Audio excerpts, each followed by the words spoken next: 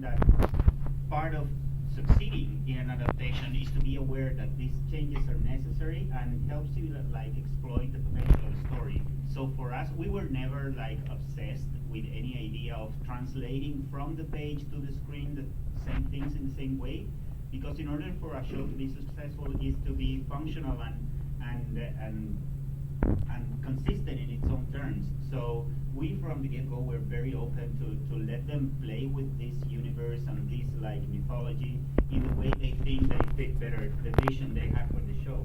You want the show to, we wanted the comic to succeed as a comic, to take advantage of the comic book form and do things that only comic books could do.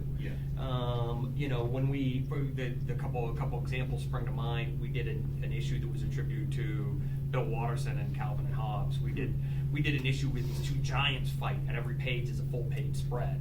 You know, and you can't exactly do that on TV. The TV screen is always the same size for starters. And there are mechanics of the storytelling that are completely different. Comics deals with frozen images put side by side, in which you can see several images at the same time in the display of pages, and that's something that you can't have into a TV show format, in which you have continuous movements of images, in which you need not to stop the action in order to flow properly.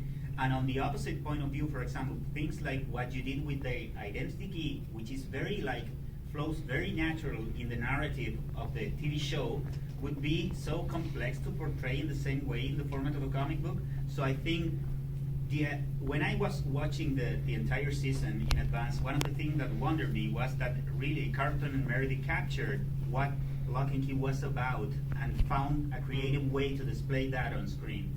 And I think that's the ultimate goal. You don't want to have the same story told twice in different media. You want to have a story that sustain on their own feet in each one of those different media, exploiting the qualities of it. You know, the other thing is, there are things you can only do in TV. You can't do in comics. Like discover particular moments of human chemistry.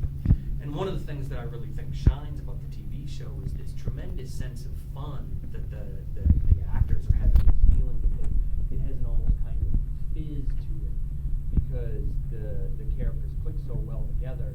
But the other thing is there are unique properties unique to the fact that this is on Netflix as well. You know, it's all killer and no filler.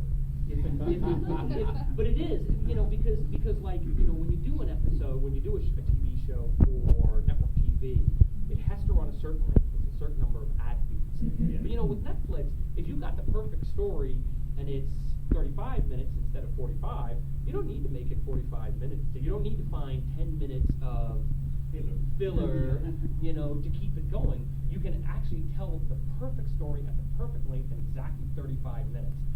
Or if you need to go a little longer, if you need to go an hour and 10 minutes, you can do that too.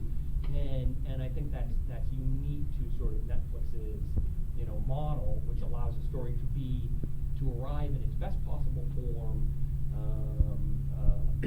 you know, and take advantage of the medium.